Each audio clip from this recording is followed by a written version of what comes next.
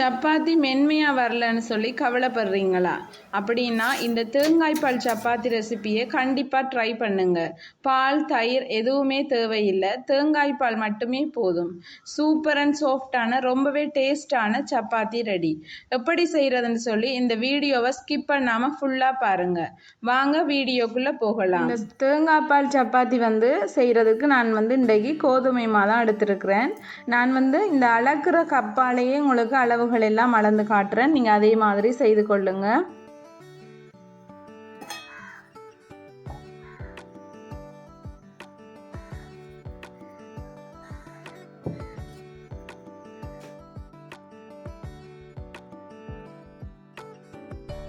மூன்று கப் கோதுமை மாவு எடுத்துருக்கிறேன். இந்த கப்பால் 3 கப் எடுத்துருக்கிறேன். அதே மாதிரி பார்த்தீங்கன்னு சொன்னால் ஒரு பாதி தேங்காயை இப்படி குட்டி குட்டியாக கட் பண்ணி வச்சுருக்கிறேன். ஒரு மீடியம் சைஸ் பாதி தேங்காய் காணும். சின்ன தேங்காய்னா நீங்கள் ஃபுல்லாகவே எடுங்க. நான் ஒரு மீடியம் சைஸ் தேங்காய், அதனால் பாதி தேங்காயை இப்படி குட்டி குட்டியாக கட் பண்ணி மிக்சியில் அரைச்சி நல்ல கட்டி பாலாக எடுத்துக்கொள்ளுங்க. நான் தேங்காய் பால் தனியாக தான் சேர்க்கிறேன். எந்த ஒரு தண்ணியுமோ சுடு தண்ணியோ எதுவுமே சேர்க்கல. இன்றைக்கு தனியாக தேங்காய் பாலில் தான் இந்த சப்பாத்திக்கு நான் மாக்குழைக்க போகிறேன். இதை ஒரு மிக்சி ஜாரில் போட்டு அரைச்சி எடுத்துக்கொள்ளுங்க. இந்த கோதுமை மாவுக்கு தேவையான தூளுப்பு கொஞ்சமாக சேர்த்துக்கொள்ளுங்க. பாருங்கள், இந்த தேங்காய் பால் உங்களுக்கு பார்க்கும்போதே உங்களுக்கு தெரியும் எவ்வளோ திக்னஸாக இருக்குன்னு சொல்லி. கொஞ்சமாக தேங்காய் எண்ணெய் தெளித்து கொள்ளுங்க.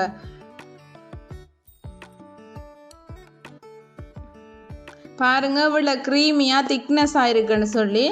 இந்த தேங்காய் எண்ணெயும் உப்பும் நல்லா மாவோட சேர்த்து நல்லா மிக்ஸ் பண்ணிவிட்டு தேங்காய் பாலை கொஞ்சம் கொஞ்சமாக சேர்த்து நல்லா சாஃப்டாக குழைச்செடுக்கணும். தேங்காய் பால் சேர்த்து செய்யும்போது இந்த சப்பாத்தி ரொம்பவே டேஸ்டாகவும் நல்ல சாஃப்டாக இருக்கும். கண்டிப்பாக ட்ரை பண்ணி பாருங்கள். முதல் நான் 1 கப் தேங்காய் பால் எடுத்து ஊற்றிருக்கிறேன். இதை கொஞ்சமாக குழைச்சிட்டு அதுக்கு பிறகு தேவையான தேங்காய் பாலை சேர்த்துக்கொள்ளுவோம். பாருங்கள், 3/4 கப் எடுத்துருக்கிறேன். திரும்ப அதையும் இதோட கொஞ்சம் கொஞ்சமாக சேர்த்து குழைச்செடுக்கிறேன்.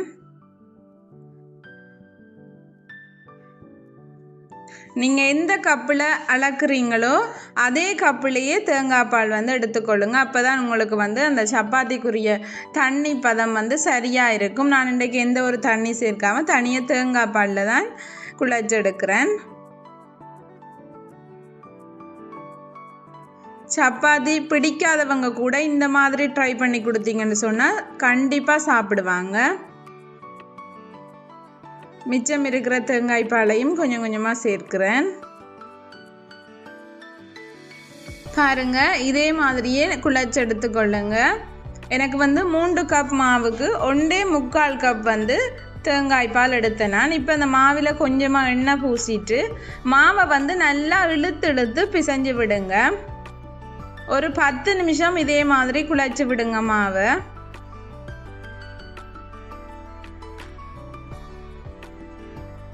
இதே மாதிரி எல்லா பக்கத்தாலையும் மாவை சுருட்டி நல்லா குழைச்சி விடுங்க.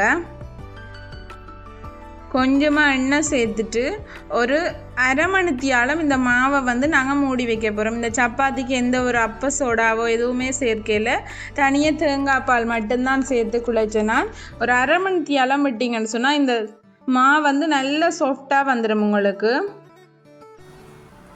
பாருங்கள், இந்த மாவை இதே மாதிரி நல்லா பிசைஞ்சு எடுக்கணும்.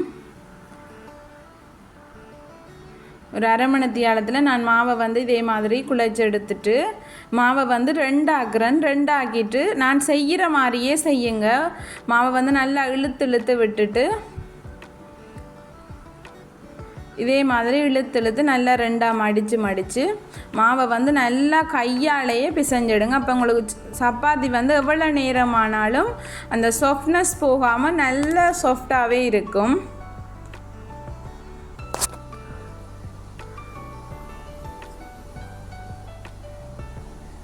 கோதுமை மாவுக்கு பதிலாக நீங்கள் மைதா மாவும் எடுக்கலாம். பட் நான் இன்றைக்கு கோதுமை மாவு தான் எடுக்கிறேன். ஓகே, இப்படி ஒவ்வொன்றா உருண்டை பிடிச்சி எடுத்துக்கொள்ளுங்க. இனி வந்து இன்னொரு பவுலில் கொஞ்சமாக கோதுமை மாவு எடுத்துருக்கிறேன்.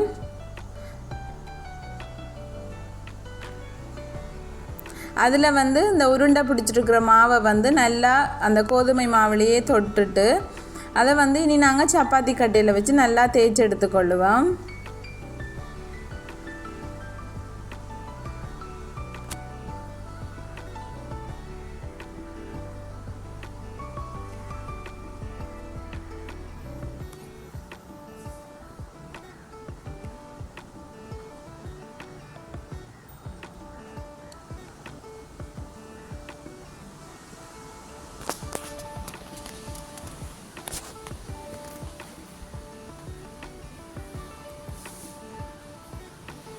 இதே மாதிரி நல்ல மெல்லிசா சப்பாத்தியை வந்து திரட்டி எடுத்துக்கொள்ளுங்க.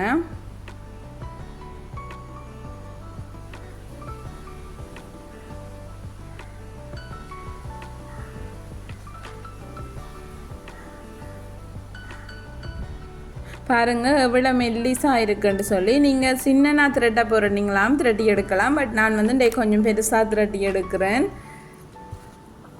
இனி ஒவ்வொண்டா சப்பாத்தி மாவை வந்து ஒவ்வொண்டா திரட்டி வச்சுட்டு அதுக்கு பிறகு நாங்கள் சப்பாத்தி வந்து சுட்டெடுப்போம். பாருங்கள், நான் எல்லா மாவையுமே இப்போ இதே மாதிரி திரட்டி எடுத்துட்டேன். இனி வாங்க இப்படி சப்பாத்தி வந்து சுடுறேன்னு சொல்லி பார்ப்போம்.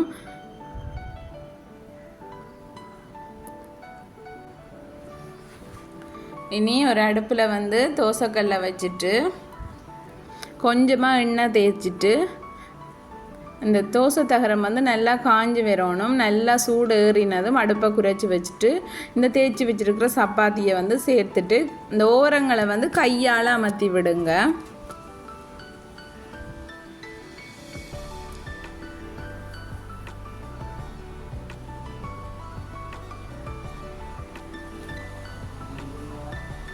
இதே மாதிரி வந்து சப்பாத்தி வந்து ரெண்டு பக்கமும் நல்லா கோல்டன் ப்ரௌனாக வரும் வரைக்கும் ரெண்டு பக்கமும் திருப்பி திருப்பி போட்டு வேக விட்டுடுங்க.